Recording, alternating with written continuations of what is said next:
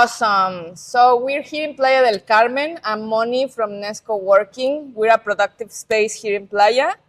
And I've been here during 8 years, in which I've known amazing people along the way who has personally inspired me to look for my own path. Before arriving Nest, I used to believe, like the traditional concept of work, and it sounded really boring to me. So as I started getting to know like the people that used to come, like that works for amazing projects from Tesla to UNICEF, activism, Facebook, like all sorts of brains, minds, and hearts, I got inspired to look my own way, my own like mission. And in this process, I have also known people like Laurel, who we're gonna have today. I've known you for 6 years. Yeah. I personally believe you're a rebel. I see you as a rebel, but a good rebel.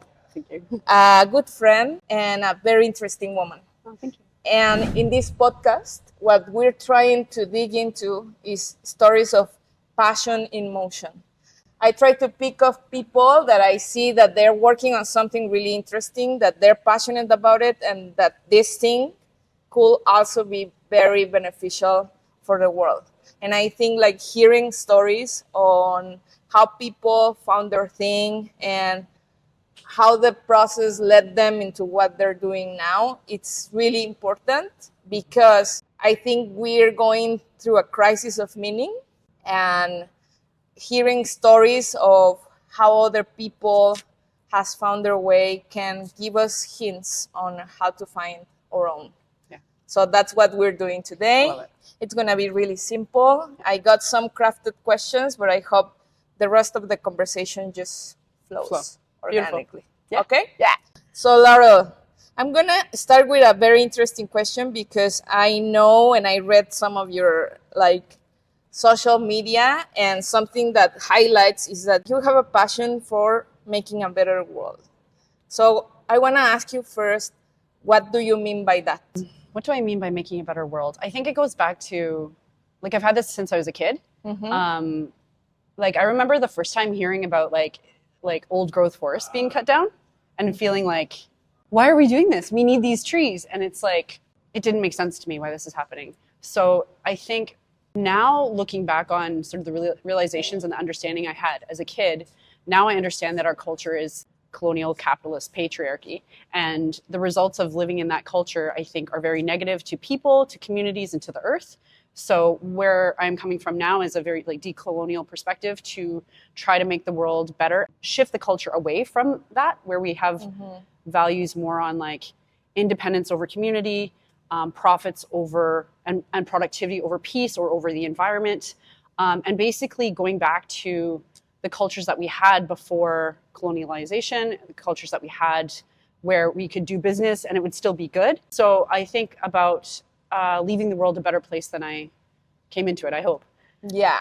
And how did you came where you are today? Now I understand better what you mean by a better world, but where do you come from and how did you get here?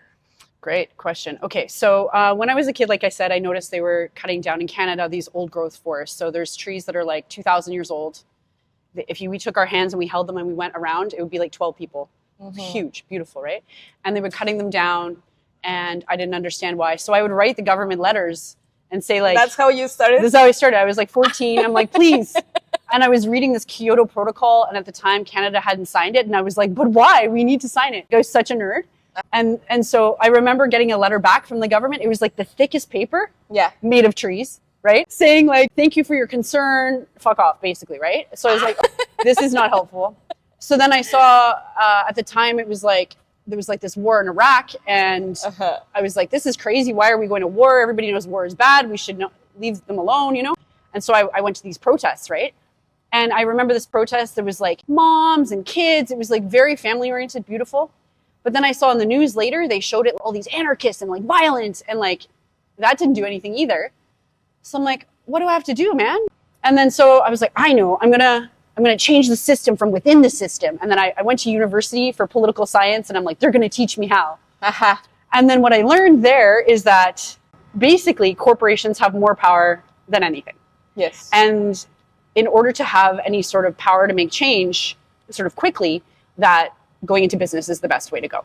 And also, like you said, I'm a rebel. I don't like to listen to people tell me what to do. So I became self-employed and been working to try to change the world through that. Because I figure once you are in business for yourself and you have money and you don't owe anyone any favors, as long as it's not illegal, you can do whatever you want with that money, right? And that power and that influence. So one of the more recent projects that I was working on, I've been basically in technology and communications my whole career. Around 2019-ish, I tried to launch an app designed to support female entrepreneurs with their mental health. And through that, I did a bunch of research on what are the systemic barriers to female entrepreneurs to succeed.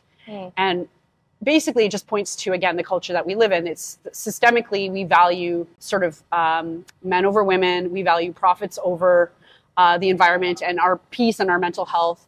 We value productivity over peace.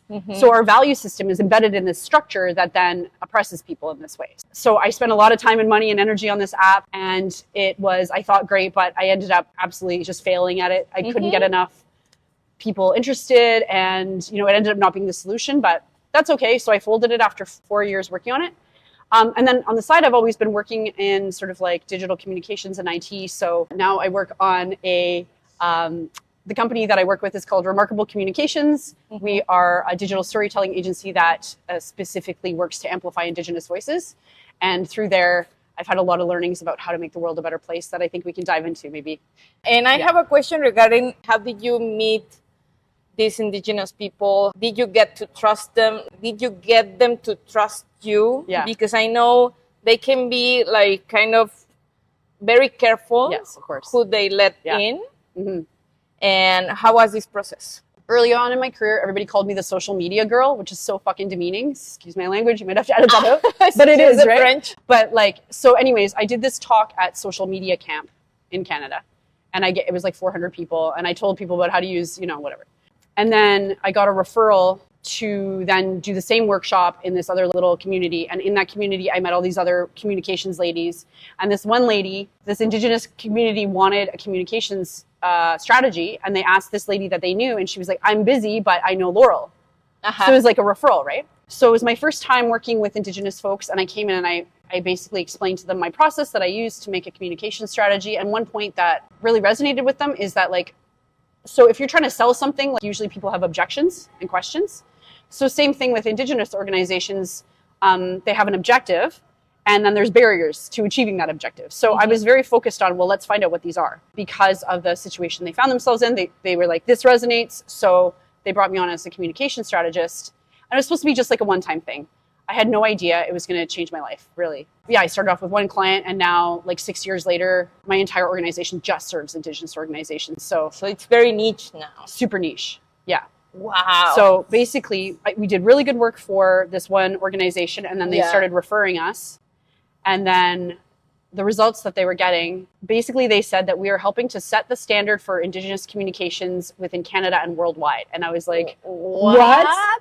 And then all of their friends and family and relatives started to notice what's going on their Facebook. And then people started to ask, who's doing your socials? And then people start texting me and they're like, hey, I'm so-and-so, can you help? And now in the last year, our business has doubled. Wow. But it's because I think it works. It works, but also some gifts that help to build and maintain that trust. So because from a young age, I've seen how there's such a lack of justice in our dominant culture. Also, I'm half Irish, and so by no means am I Indigenous, but Indigenous Canadians and Irish people had the same treatment at the hands of the Crown and the Church, so attempted genocide to take resources from the land. So we have this in common, and I have deep sympathy and empathy.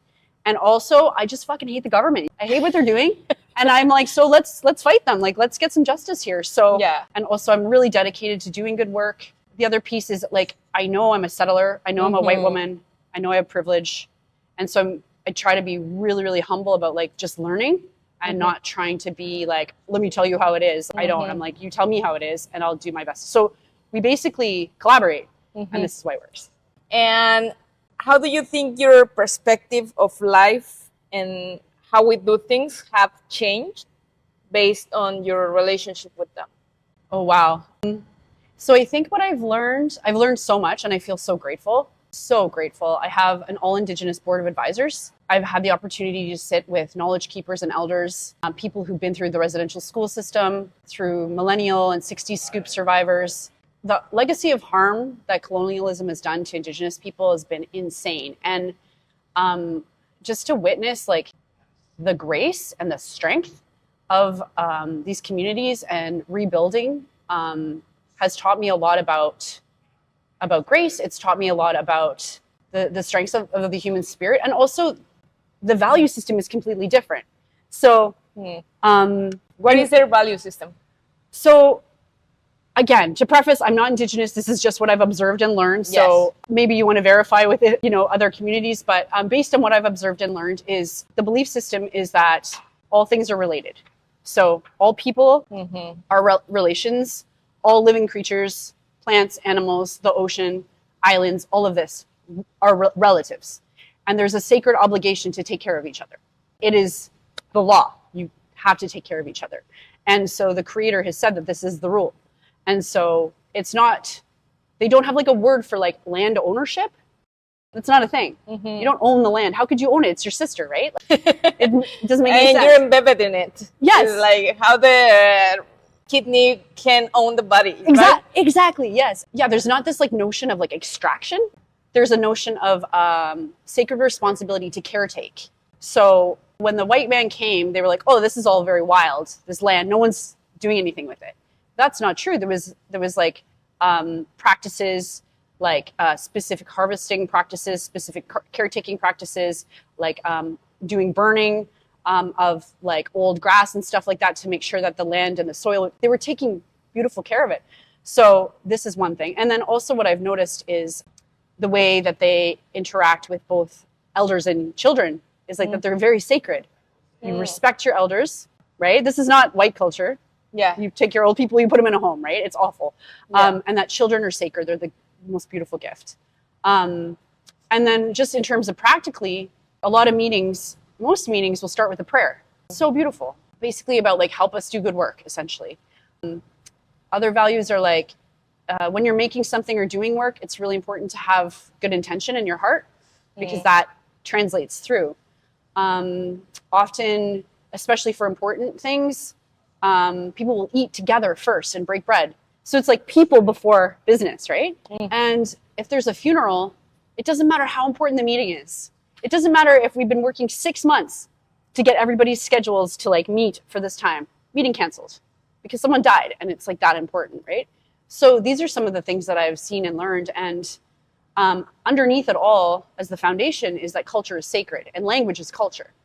And culture is healing. So whenever I ask, how is it that you and your family have been through such unspeakable atrocities and you are here and you're a kind person, right? And you're a positive person and you are a gentle, gracious person, like it blows my mind, right? And they're like, the solution is in the culture. And so it goes back to this notion that everything is connected and we all belong together and all of this, right? And it's a very different belief system because it's community over individual. It's connection over disconnection and isolation. And it's about like caretaking and creating and contributing instead of consuming. Like you consume enough to live, right? But not this greed piece. And there's a word in Algonquin Indigenous culture, I don't know if I'm going to pronounce it right, but it's called Watiko. And it's this notion of this like evil cannibalistic spirit that's just so greedy and so insatiable. The hungry ghost. The hungry ghost. Exactly. Yes. So I think we live in this culture that is this hungry ghost, right? Capitalism, consumerism, where you can just never get enough. And I think that in Indigenous culture, it's the opposite of that. And I think it's the solution because climate change is a crisis, the plastic in the oceans, like there's so many things wrong that our culture has done to the earth and to people. People are depressed, they're not getting their basic needs met, housing's an issue, addiction specifically stated as the outcome of capitalism, according to Dr. Gabor Mate, who's a leading physician, right? Yeah. So we're starting to see Western expertise and ancient Indigenous technology and traditions line up. It's saying the same thing, right? For me, it seems like the solution to this Wetiko, this society that we're living in that is just so harmful. Yeah, and do you see like how communications have a role in shaping culture? And I guess this is a way to putting your skill in action in a different way. Yeah. It's maybe a more subtle way, right? Because it's not like fighting, but it's, I think also doing this is part of that. Let's tell the stories because we're animals of stories. That's how we've passed knowledge for eons, right? Yeah. That's the purpose of TED Talk, for example. Exactly. And we've forgotten how to tell the stories that really enhance life. I think they're talking about consumerism. There's a lot of content right now. There's a lot of like the hungry ghost even gets there. We're having so much information right now, but maybe so little about what can really help us go through this and make something good out of it. Because technology is changing, society is changing, the way we relate is changing, but what doesn't change, what is constant, is that everything changes and that everything affects everything. It's just that's truth. Not a belief, that's the truth. If you observe scientific paperworks on studies on ambient, I don't know, they study how the one action affects a river, an ocean, a forest. Science has proved over and over and over and over that nature is an intricate, elaborated system compounded by different parts. And each one of us is a part of that. That's simple. Right now, there's two operative systems. There's the operative system of it's me versus everyone, and I have to conquer everything, and I have to fight. And there's the operative system of community. And that's what we do here at Nest. We see a lot of people working on their computers, personal projects, that's beautiful. But if we don't have in mind that we're ingrained in something bigger, whatever we create, it's going to be destructive. No matter what we do, no matter how beautiful it is, if we don't have that consciousness, no matter what we do, it's going to be causing more harm than good. So how do you see that they stay kind? Like you said, they've gone through a lot of trauma, very bad stuff. So how do they process this pain, and how do they not get like too attached to the pain and seek revenge? How do they keep away from that? Yeah. So this is the question, right? This is the beauty, like this is the lesson. So one of my cultural advisors is, I would say maybe in his 70s. And we were talking about one situation where it's taken them maybe like 5 years to get the government to agree to do something good for them, right? And then now the government's like, oh, we have an election, all this is on hold. So I said, how do you not get angry? How do you not freak out, right? Because I'm now angry on your behalf. It's so unfair. It's so unfair. Yeah. And he's like, you have to pray. We just pray and trust that like it's this deep faith, right? And so there's the deep faith, but also there's like cultural protocol that they have that I'm not necessarily privy to, but there is like in Coast Salish culture, which is where predominantly I have most of my clients right now, they have a longhouse or a big house, which is like a building dedicated to culture. And so this is where there's various ceremonies and protocol, and I have never been in one when a ceremony is happening. I've seen what it looks like inside. There's often a place for fire. There's like singing, dancing, prayers, and various processes. So that's one piece that I'm aware of. And the other piece I think is language reclamation. So with a lot of cultures that have gone through colonization, there's the loss of language, there's the loss of life, and there's the loss of land. And so reclaiming the history around place names and cultural protocols like has been really, what I hear all the time is like, if you don't know who you are and where you come from, you'll be lost. But if you know who you are and where you come from, then you can be rooted in your ancestry, you can be rooted in the place and the earth where you're from, and you can be rooted in the people that came before you and your ancestors and what their strengths are. So oftentimes when I am asking someone to introduce themselves, they will start with saying, usually like 3 generations back on each side. My people come from this place, and my grandfather was this person, my grandmother was this person. They were known for this skill or attribute or blah, blah, blah. These are the languages that they spoke, and da, da, da. And then they'll go down, and my parents are this, and and then on this side, it's my grandparents, and da, da, da. And then this is me now. And so it really anchors folks in place. And then also within language, because I've also heard language is culture. So if you have a language where there's no word for ownership of land, it informs your entire worldview. It informs your entire way of being. And so the reclamation of culture in these ways, and then the ability to practice culture, because it was made illegal for a long time in Canada. You could die for it. Really? 100%. I don't even want to tell you the amount of like atrocities and harm that's been caused to Indigenous people in Canada. But yeah, a lot of the cultural practices were made illegal. Yeah, they almost starved to death. They were deprived. They took their land, they took their livelihood, they took their culture, they took their language. There's a saying, they say, they tried to bury us, but they didn't know we were seeds. Oh, that touched me every time. I know, it gets me every time. So Yeah. this is what I've learned, and I think it's about also being in community. What I've noticed is there's not a lot of healing that happens alone. People often will do it with elders or knowledge holders, people who have understanding of these protocols and maybe are fluent in languages that are struggling to be revitalized. And yeah, especially what I've noticed is, the youth sitting with elders can be very helpful and going through cultural protocol that way. And then women's circles, because there's also, like currently, there's a very big problem with missing and murdered Indigenous women in Canada. There's like over 4,000 women just gone. The police don't do anything. They are like, oh, it's just this, it's the ongoing harm of genocide. And then there's a correlation between these like extraction man camps. So like a mine or an oil and gas pipeline or something, they put a big project here and then all of a sudden women start to go missing. But anyway, that's just one of the issues. But anyway, so a lot of women gathering together and marching and holding space for the healing and grieving their lost sisters. It's a collective thing. It's always a collective thing. And I think that there's a real beauty in that, right? Because that's so foreign to us in this individualized culture where it's like, no, you have to do everything yourself. But how do you grieve by yourself? It's not, Exactly. it's too big. And I often see this guilt of being depressed or being anxious as if there's something wrong with me, instead of having the perspective that, no, there is something wrong with our culture. And we have all the reasons to be afraid, Yes. in this kind of murderous culture. Exactly. Yeah. Because we're just exploding each other. We don't have reasons to trust each other because we're embedded in that kind of culture. Exactly. Right?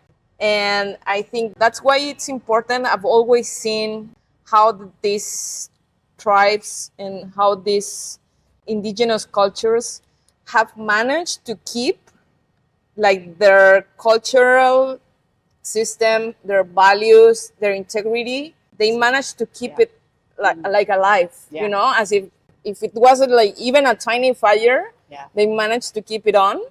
And I was really curious on how they do that. And now I think you've clarified part of that. Yeah. And regarding that, I have a question, like, what is a knowledge keeper and how do you get to become one?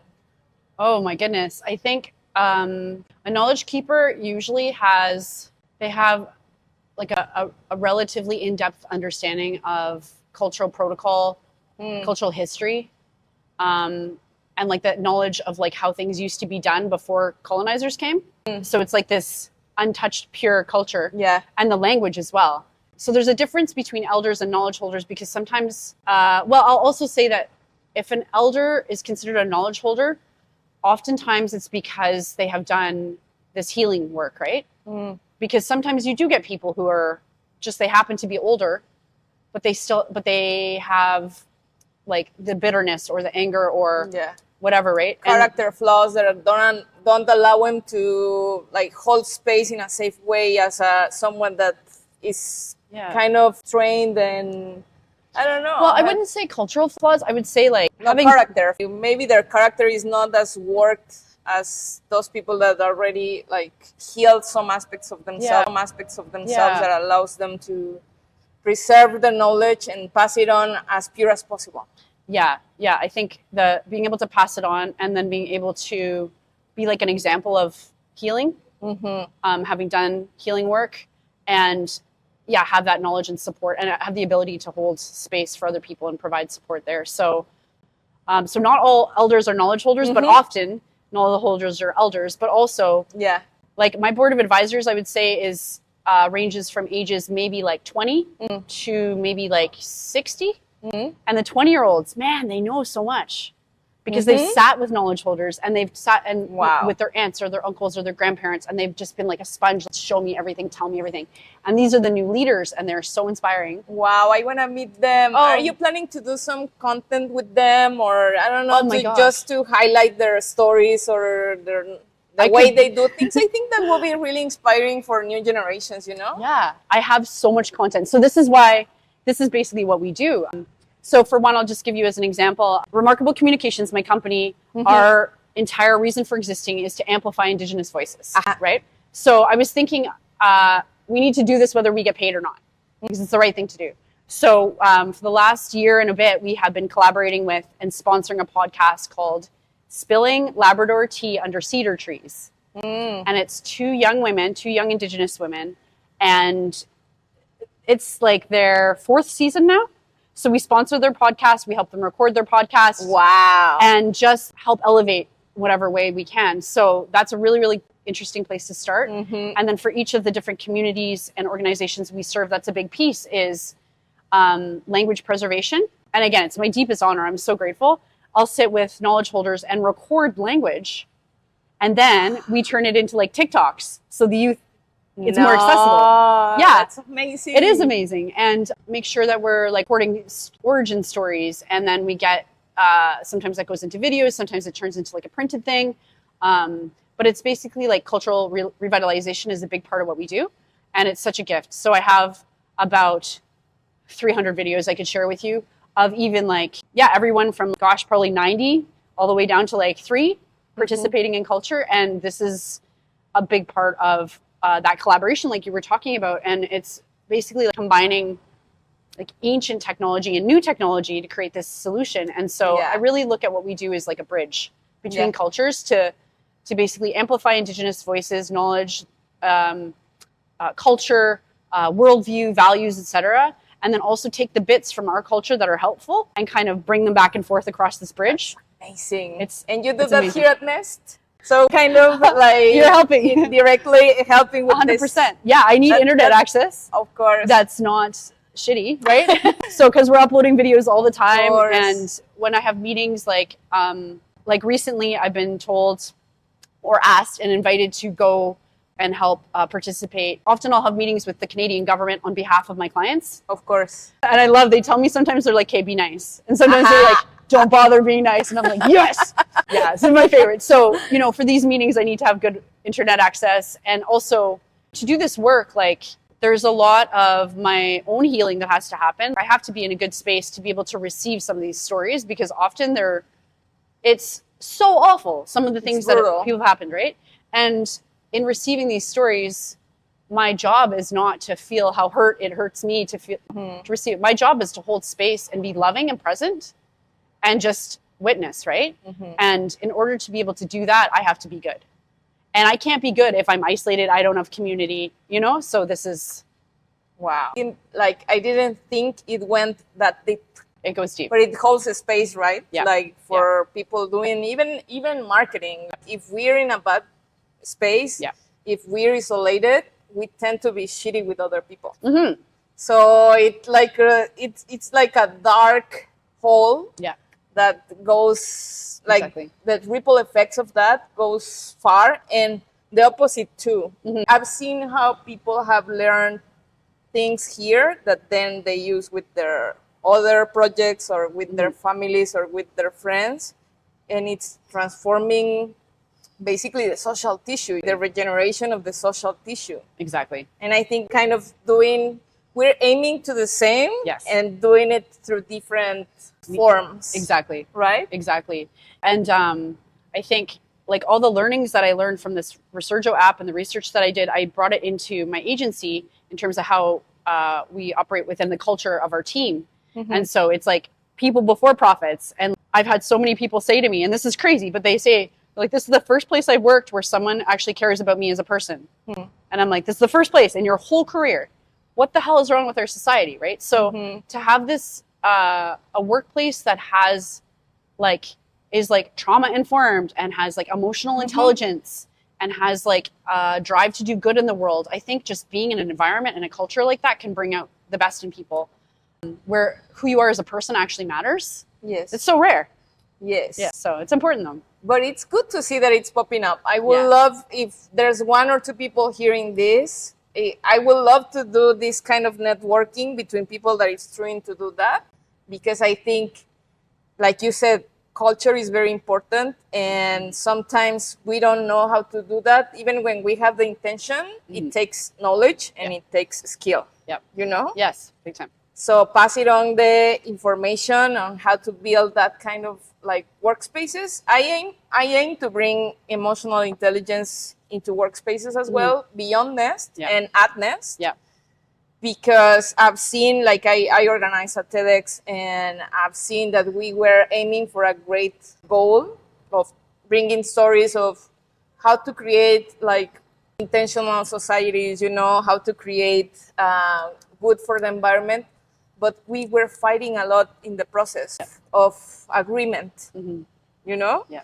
And it's like, I think many people have good intentions. Many people wants to create a good world, but we don't know how much or lack of emotional intelligence is preventing us from that. I think it's one of the barriers we have to overcome in order to make it, you know? Yeah, man, I agree. And I think like one of the things you talked about earlier as well that's like so important is the diversity of voices and like learning from each other. And like studies show all over the place, organizations that have more diversity perform better, they have better culture, it just works better, right? But in order to do that, and because it's such an international community here, right, I think it's so important to have the spirit of curiosity, especially if there's a misunderstanding, is like, okay, what do I not understand about where you're coming from? And if we can approach, I think, other people with this curiosity and this humility and this open heart to just be like, you know what, I'm probably wrong here. And I want to learn about like where you're coming from and just like receive it and put my ego aside and try to learn something and maybe adjust, you know, and learn and grow. But this takes a lot of work, I think, to like deconstruct the ego and to make it permeable and be willing to be wrong and to say, I'm sorry, I fucked up, I made a mistake. These are attributes, I think, that like as an individual and in the collective, we can work on together, because the more people that have these skills and how to like disagree with grace. Yes. And then like how to come back together and figure out a way forward, even though we may not agree on everything. What is our commonality? This takes, I think, a commitment to this work. It takes skills and it takes practice. And we need conducive spaces. Yes, we need spaces to practice. Exactly. Yeah. That's what I tell my team all the time. We're doing the work in the work, Yes. you know? Yeah. Because we have now like some resources. We've studied together emotional intelligence. I also created like this program where everyone can teach something. Yeah. So we can learn from each other and we can practice the skill of oratory, because communication is really important, you know, learning to structure ideas and make a point across. That's one of the highest skills we can leverage as human beings, because we are beings of meaning. So all these things have been happening here for the past years. And I think it's very important that we tell these stories, that we inspire other spaces to do something like that or do their own style, but do it, you know? Yeah. Learn, even if it's just a YouTube video on emotional intelligence with your team, go and watch it together and talk about it. And maybe one very simple question that we can ask ourselves as a team is, how do we want to feel while working together, and what can help us get closer to that, and what can take us away from that? Yeah. I think that's a simple reflection of how can we start creating an intentional culture in our workspaces. I love that. It's funny, I come at it from a different direction, but that's freaking brilliant. I love that. We do like, okay, here are our values. And then how in the day-to-day are we living our values? Uh-huh. And that's tricky, right? Because values are like, ugh. Yeah. And then day-to-day. So that's, I think, how I've been approaching it. But I love this idea of a feeling, right? Because, again, going back to this Indigenous teaching of like doing everything with good intention, right? In a good way. Our outcomes are always going to be better if we feel good, if we feel like we're contributing, if we feel like we're learning and growing and we matter and we belong. Yeah. And I think these are like the medicines that we're missing in our dominant culture that like you're providing here. I'm trying to provide it remarkable. I'm learning from our Indigenous communities that this is the path to healing, like this belonging. Yes. Yes. Yes. Yes. Thank you for belonging here, Yes, if only thank for you. a month or whatever time I see you coming and going. And every time you come back more interesting than before. So Thank you. I'm glad to have you here and have people like you here. And I hope if someone is listening to this, gets inspired or gets motivated to come. If you have a story to tell, we'll voice it out. I love it. For Thank you being so here, much, Laurel. Lauren, and thank you for making space for me at Nest. Thank you for Thanks, listening everybody. to the end.